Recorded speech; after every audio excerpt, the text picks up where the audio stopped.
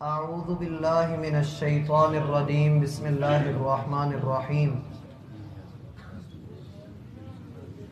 احباب گرامی،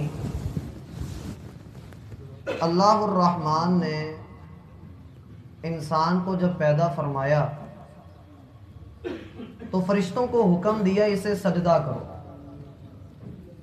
کسی فرشتے نے اللہ سے یہ سوال نہیں کیا کہ اے اللہ کیوں سجدہ کریں، کس وجہ سے کریں۔ انہیں حکم ہوا، وہ سجدے میں گر پڑے۔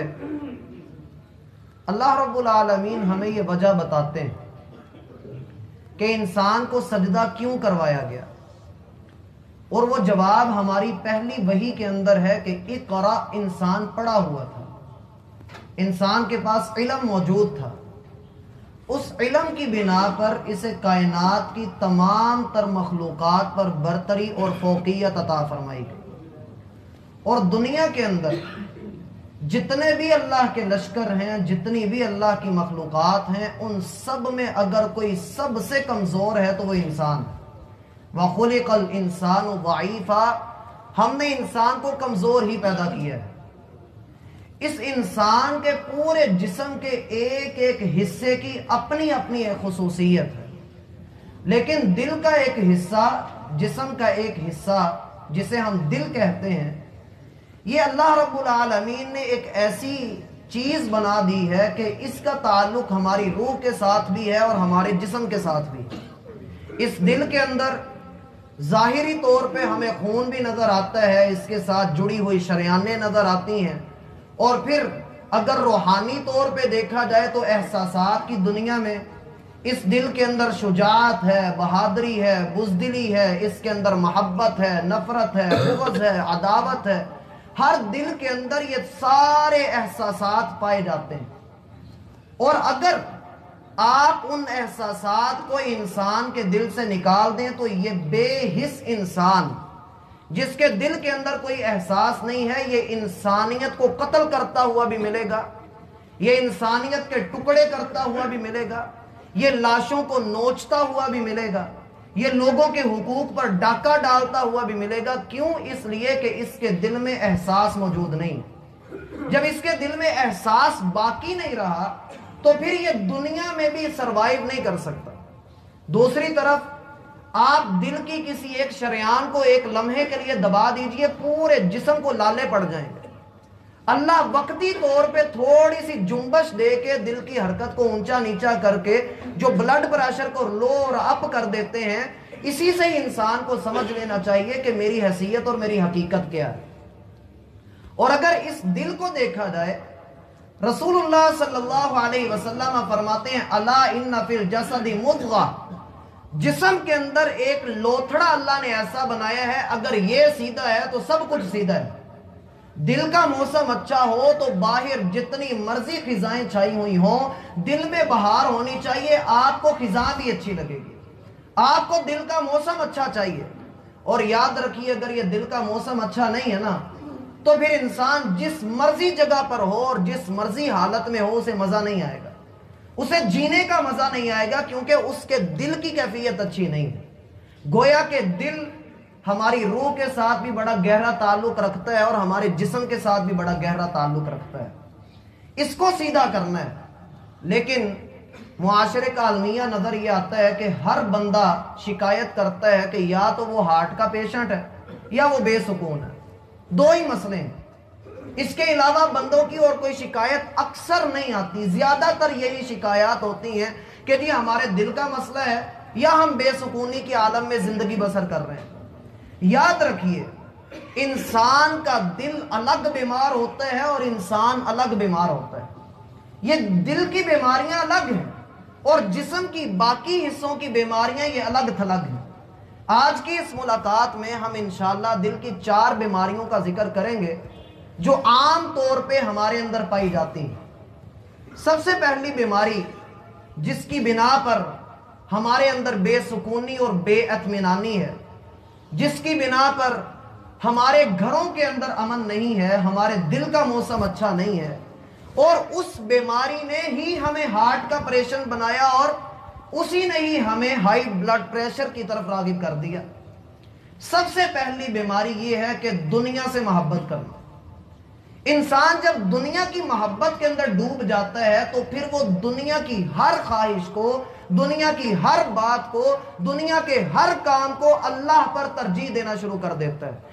اور یہ وہ موقع ہوتا ہے جب انسان سجدہ تو بظاہر قبلے کی طرف منہ کر کے کر رہا ہوتا ہے، لیکن اس کی جبین، اس کا ماتھا، وہ اس کے اپنے دل کے آگے جو بت سامنے بنا ہے کہ میں نے تجارت میں کامیاب ہونا ہے، میں نے اپنی ایجوکیشن میں کامیاب ہونا ہے، میں نے اپنے ڈگری کو آگے کرنا ہے، اپنے بزنس کو آگے لے کر جانا ہے، وہ اپنے اس ڈگری، اپنی ایجوکیشن اور اپنی تجارت کو سجدہ کر رہا ہوتا ہے، وہ اللہ کو سجدہ نہیں کرتا۔ کیوں؟ بل تؤثرون الحیات الدنیا، اس لیے کہ تم دنیا کی زندگی کو ترجیح دیتے ہو۔ اور اللہ کو دلوں کے سینوں میں چھپے ہوئے جو راز ہیں اللہ ان کو بھی جانتا ہے۔ اللہ کو معلوم ہے کہ انسان کس خیال کے ساتھ نماز ادا کر رہا ہے۔ ایک نماز وہ تھی کہ تیر لگے لیکن نماز نہیں ٹوٹی، اور ایک نماز یہ ہے کہ پاؤں کے اوپر چیونٹی چڑھتی نہیں ہے، ہاتھ پہلے پہنچ جاتا ہے۔ احساسات کی دنیا اور اللہ رب العالمین کے سامنے کھڑے ہونے کا احساس، اور دوسری طرف شیطان کے ہتھ کنڈے اور دنیا کی محبتیں، یہ ساری چیزیں ایک دوسرے کے مخالف کھڑی ہیں۔ انسان دوراہے پر ہے، اللہ کو لینا ہے یا دنیا کو لینا ہے۔ بل تؤثرون الحیات الدنیا، انسان کی پہلی غلطی اور پہلے دل کی بیماری جو ہے وہ انسان دنیا میں ڈوب جاتا ہے۔ اور یاد رکھیے، انسان جب اس دنیا میں ڈوبتا ہے تو اس کا یہ مطلب ہرگز نہیں ہوتا کہ انسان اللہ کی یاد سے غافل ہو گیا۔ وہ نماز بھی ادا کرتا ہے لیکن پھر وہ نظر آتا ہے کہ دوسری جماعت کے ساتھ نماز ادا کر رہا ہے۔ اس کے لیے سب سے زیادہ پریورٹی لسٹ میں اس کے لیے اس کا گاہک ہوتا ہے کہ ابھی دکان پر گاہک آئے ہیں، میں بعد میں مسجد میں جا کر جماعت کے ساتھ نماز ادا کر لوں گا۔ اللہ کے بندو یاد رکھنا، جو پہلی جماعت کا اجر ہے وہ دنیا کی کسی بھی جماعت کے اندر نہیں۔ تو اگر کوشش کر کے اپنے اس گاہک کا ہاتھ پکڑ کے، جس نے تجھے 2 ٹکے دینے ہیں، تو اسے لے کر مسجد میں اپنا قدم رکھ اور اللہ کو کہے کہ افتح لی ابواب رحمتک، میرے لیے رحمتوں کے دروازے کھول، دیکھ تیرا رب تیرے لیے کیسی کیسی رحمتوں کی برکھا برساتا ہے۔ ذرا آ تو صحیح، جھک تو صحیح، قربانی دے تو صحیح۔ وہ ایک اکیلا ابراہیم تھا کہ جس نے پوری قوم سے ٹکر لی، باپ کو قربان کر دیا، اپنے بیٹے کے گلے پہ چھری چلا دی۔ کس کے لیے؟ قانتا للہ حنیفہ، وہ اللہ کا بن چکا تھا۔ جب وہ اللہ کا بن گیا، جب اس نے اپنے آپ کو اللہ کے لیے جھکا دیا، اللہ نے اس کے دل کو وہ سکون عطا کیا کہ ننگی زمین کے اوپر سویا کرتے تھے لیکن بادشاہوں سے اچھی نیند تھی۔ رسول اللہ صلی اللہ علیہ وسلم کی زندگی کو دیکھیے، کھجور کی چٹائی کے اوپر لیٹتے ہیں، جسم کے اوپر نشانات پڑ جاتے ہیں، لیکن کبھی بھی اللہ سے دنیا کا مطالبہ نہیں کیا۔ الہاکم التکاثر، ہلاک ہو گئے تم سارے مال کی لالچ میں، مال کی کثرت کے پیچھے پڑ کے تم سارے ہلاک ہو گئے۔ حتی زرتم المقابر، تم قبروں کو دیکھ رہے ہو، تمہیں نظر آ رہا ہے مردے دفن ہوتے ہوئے، تمہیں نظر آ رہے ہیں، تمہاری آنکھوں کے سامنے لوگ رخصت ہوتے چلے جا رہے ہیں، لیکن کلا سوف تعلمون، جب نہیں سمجھتے تو سمجھائیں گے ہم۔ ثم کلا سوف تعلمون، ہم پھر تمہیں بتا رہے ہیں کہ تم جان لوگے، اور پھر اس وقت کی سمجھ کوئی سمجھ نہیں۔ وجیء یومئذ بجہنم، جس دن جہنم کو 70,000 فرشتے ایک ایک لگام کو پکڑ کے گھسیٹ کر لا رہے ہوں گے۔ یومئذ یتذکر الانسان وانى له الذکری، انسان اس دن کہے گا کہ آج نصیحت آئی، لیکن اللہ فرماتے ہیں کوئی فائدہ نہیں، آج کی نصیحت کا کوئی فائدہ نہیں۔ دوسری بیماری جو انسان کے دل کو انتہائی بیمار کر دیتی ہے، انسان کے دل کو اللہ رب العالمین کی یاد سے غافل کر دیتی ہے، اس بیماری کو اگر ہم دیکھیں تو وہ انسان وہ ہوتا ہے جس کی آنکھوں سے آنسو نکلنا بند ہو جائے، جس کو اللہ رب العالمین کی آیات کا علم ہو، جس کو پتا ہو کہ قیامت قائم ہونے والی ہے، موت میرے سر کے اوپر کھڑی ہے، کوئی وقت پتا نہیں ہے کہ زندگی کا سورج کب ڈوب جائے، کوئی پتا نہیں ہے، مالک پکڑنے پر آئے تو سوتے میں پکڑ لے، پکڑنے پہ آئے تو جاگنے پر پکڑ لے، وہ کس کس حال میں پکڑ سکتا ہے۔ ہر طرف عبرت کے نمونے بکھرے ہوئے پڑے ہیں، لیکن انسان کی آنکھوں سے آنسو نہ نکلے تو یہ بد نصیبی سے بڑھ کے کچھ نہیں۔ اور یاد رکھیے، رسول اللہ صلی اللہ علیہ وسلم کا فرمان ہے، وَرَجُلٌ ذَكَرَ اللَّهَ خَالِيًا، ایسا بندہ جو تنہائی میں بیٹھا ہوا ہو، اللہ کو یاد کرے، اس کی آنکھوں سے آنسو نکل آئے. کہا کتنا آنسو نکلے؟ کہا مکھی کے سر کے برابر بھی اس کی آنکھ سے پانی نکل آتا ہے. خالق کائنات اس پر جہنم کی آگ حرام کر دیتے ہیں. کل قیامت کے دن اس کو اپنے عرش کا سایہ عطا فرمائیں گے. اللہ نے 2 آنکھوں کے اوپر جہنم کی آگ حرام کر دی ہے. ایک وہ جو سرحدوں کے اوپر پوری قوم کی حفاظت کر رہا ہے، اور دوسرا وہ جو اکیلا بیٹھ کر اللہ کو یاد کرتا ہے اور آنکھوں سے آنسو نکل آتا ہے. انسان رونا بند کر دے. اور رسول اللہ صلی اللہ علیہ وسلم سے بڑھ کر نیک کوئی نہیں، عظیم کوئی نہیں. لیکن سید عائشہ رضی اللہ عنہ بیان کرتی ہیں، نماز کے لیے اللہ اکبر کہتے تھے، رونے کی آواز آتی کا عزیز المرجل، گویا ہنڈیا ابل رہی ہے، ہنڈیا ابل رہی ہے.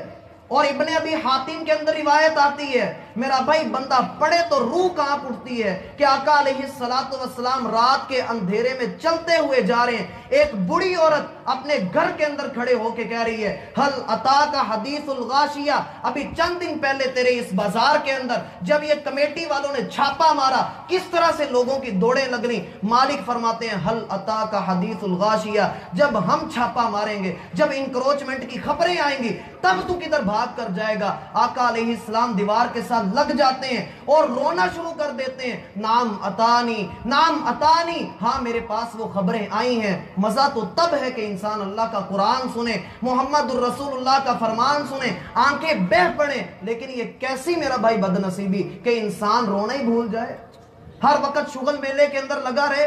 اکثروا ذکر حاضم اللذات الموت، یہ جو مزے ہیں، یہ جو شغل ہیں، ان کو ختم کرنا چاہتے ہو تو اپنی محفلوں کے اندر، اپنی مجلسوں کے اندر، اپنی بیٹھکوں کے اندر موت کا تذکرہ کیا کرو.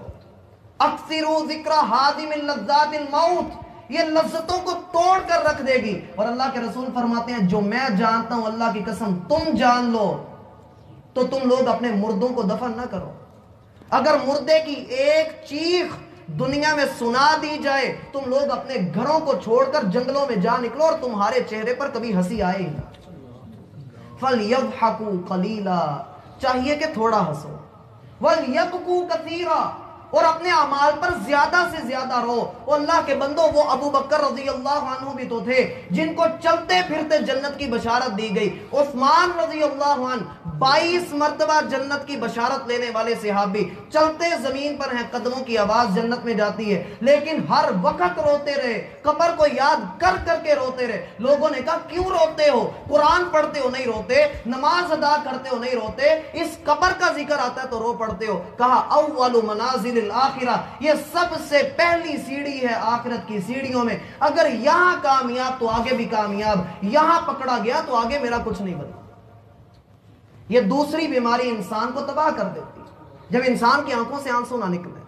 تیسری بیماری، انسان کو اللہ سے ملاقات کی تمنا ہی نہ رہے، وہ اللہ سے ملنا ہی نہ چاہے، وہ لوگوں سے ملنا پسند کرے کہ میں ساری زندگی تیرے ساتھ رہنا چاہتا ہوں. اور کچھ خوش نصیب وہ بھی ہوتے ہیں جو ساری زندگی مسجدوں کے اندر اللہ کے دین کی بڑھوتری کے لیے، اللہ کے دین کی ترویج کے لیے لگا دیتے ہیں. روایات میں آتے ہیں کہ ابن عیینہ رحمہ اللہ ساری زندگی قرآن اور حدیث پڑھاتے رہے، مسجد میں بیٹھے رہے، صبح مسجد میں آتے، رات گئے تہجد کے وقت کھانا کھانے کے لیے مسجد میں اپنے گھر میں جایا کرتے تھے، حتیٰ کہ موت کا وقت آیا مسجد ہی میں تھے.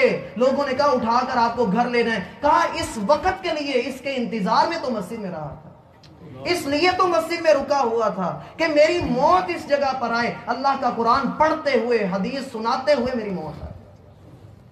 جب انسان کو مخلوق سے ملنے کی تمنا ہو اور اللہ سے ملنے کی تمنا نہ ہو، حدیث میں آتا ہے اللہ بھی اپنے اس بندے کو پسند نہیں کرتا کہ اس کے پاس آئے. پھر زندگیاں لمبی ہوتی ہیں، پھر انسان کی عقل ختم ہو جاتی ہے. انسان کو شروع سے تم دیکھو کہ یہ کیسے کیسے معاملات میں ہوتا ہے. انسان کی سب سے بڑی کامیابی 4 سال کی عمر میں انسان کے کامیاب ہونے کی علامت یہ بستر پر پیشاب نہ نکلے، اور 84 سال کی عمر میں بھی جا کر یہی انسان کی کامیابی ہے، بستر پر پیشاب نہ نکلے. انسان تو ادھر ہی کھڑا ہے. نُنَكِّسْهُ فِي الْخَلْقِ، ہم تم میں سے ہر ایک کو اس کی پہلی حالت کے اوپر لوٹا دیتے ہیں. کوئی بدل کر دکھا سکتا ہے تو دکھائے. چوتھی بیماری جو انسان کے دل کو اللہ سے غافل کر دیتی ہے، انسان کو بے سکون کر دیتی ہے، کہ انسان اللہ رب العالمین کو، اللہ کی یاد کو جب دیکھے، جب اللہ کو یاد کرے تو اس کا دل گھبرا جائے. یہ اللہ کو یاد نہ کرے، یہ لوگوں کے ساتھ بیٹھ کر باتوں میں لگا رہے، اس کا دل بے سکون ہو جاتا ہے.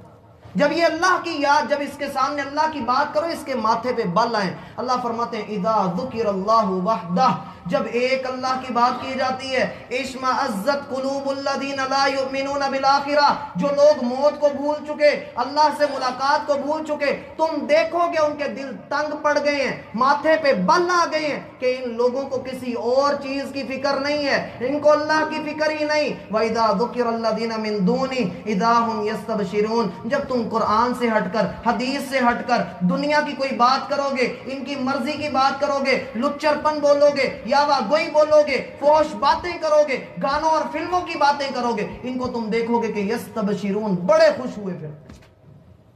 اور یاد رکھیے یہ چاروں کی چاروں بیماریاں، ان کا ایک علاج ہے اور ان کا سبب بھی ایک ہے. یہ چاروں بیماریاں اس بندے کو جڑتی ہیں. اللہ فرماتے ہیں وَمَنْ أَعْرَضَ عَنْ ذِكْرِي، جو مجھ سے غافل ہوا، جس نے اللہ کو نہ دیکھا، جو ہر طرف نظر آتا ہے، جس کی قدرتیں، جس کی رحمتیں با کمال، بے مثال، لازوال، وہ ہر طرف موجود ہے، وہ تجھے نظر نہ آئے، تو اللہ کو بھول جائے، شیطان تیرے اوپر جال پھینکے، تو ہنسی خوشی اپنے آپ کو اس کے سپرد کر دے، یاد رکھنا تو ہم سے مڑے گا. فَإِنَّ لَهُ مَعِيشَةً ضَنْكَ، ہم تیرے اوپر دنیا کے لقمے تنگ کر دیں گے، ہم تیرے لیے دنیا کی زندگی میں جینا حرام کر دیں گے، تیرے دل کو سکون نہیں ہوگا. یہ رات کے وقت میں نیند کی گولیاں کھانا اور اپنے مال کی فکر میں لگے رہنا، یاد رکھیے یہ وہی علامت ہے جو اللہ ذکر کر رہے ہیں، جس نے ہمارے ذکر سے منہ موڑا، جس نے ہمیں بلایا، جس نے ہمیں پیچھا کیا. یاد رکھو ہم اسے دنیا میں سکون لینے نہیں دیں گے. یہ دنیا کی حد تک سزا نہیں ہے. وَنَحْشُرُهُ يَوْمَ الْقِيَامَةِ أَعْمَى، دنیا میں سب کچھ دیکھنے والا کل قیامت کے دن اندھا ہوگا، ٹکرے مارتا پھرے گا، کھڑا ہوگا. رَبِّ لِمَا حَشَرْتَنِي أَعْمَى، اے اللہ تو نے مجھے اندھا کر کے کیوں کھڑا کیا. وَقَدْ كُنْتُ بَصِيرًا، سورۃ طٰہٰ کی آخری آیات پڑھیے. وَقَدْ كُنْتُ بَصِيرًا، اے اللہ میں تو دیکھا کرتا تھا اور ایسی میری نظر ہوا کرتی تھی کہ سارے کھاتے، سارا بزنس، ساری تجارت، سارے معاملات میری فنگر کے اوپر ہوا کرتے تھے. اے اللہ آج تو نے مجھے نابینا کیوں کر دیا. جواب آئے گا اتت کا آیاتنا، تیرے پاس قرآن آیا تھا، احادیث آئی تھیں، سب کچھ آیا تھا. فنسیتا، تو نے ان کو پیچھا کر دیا، بھلا دیا. وَكَذَلِكَ الْيَوْمَ تُنْسَى، ہم رب ہیں اور تو حقیر بندہ ہو کے ہم کو بلائے گا. تیری اتنی اوقات ہی نہیں کہ ہم تجھے یاد رکھیں، ہم نے تجھے بلا دیا. وَكَذَلِكَ نَجْزِي مَنْ أَسْرَفَ وَلَمْ يُؤْمِنْ بِآيَاتِ رَبِّهِ، ہم اسی طرح سے جزا دیتے ہیں جو ہماری آیات کے اوپر ایمان نہیں رکھتا. اللہ سے دعا کیا کرو، یا مقلب القلوب ثبت قلبی علی دینک وطاعتک، اے اللہ میرے دل کو اپنی اطاعت کے اوپر پکا کر دے، اپنے دین کے اوپر ثابت قدمی عطا کر دے. دلوں کی بیماریاں دور ہوں گی جب آپ ایک ایک بات کو اللہ رب العالمین کے اوپر اللہ کے سامنے پیش کر کے دیکھیں گے کہ مالک یہ تیرے سامنے پڑی ہے، تو بتا اس میں کیا کرنا ہے. اذان ہوئی ہے، گاہک کو دیکھوں یا تجھے دیکھوں. دل اگر فتویٰ دے دے کہ پتر مسجد میں پہنچ تو آپ مسجد میں آئیے، اور دل اگر یہ کہے کہ نہیں گاہک کو ڈیل کر تو دل بیمار. اللہ ہمیں سمجھنے کی توفیق عطا فرمائے. وما توفیق الا باللہ.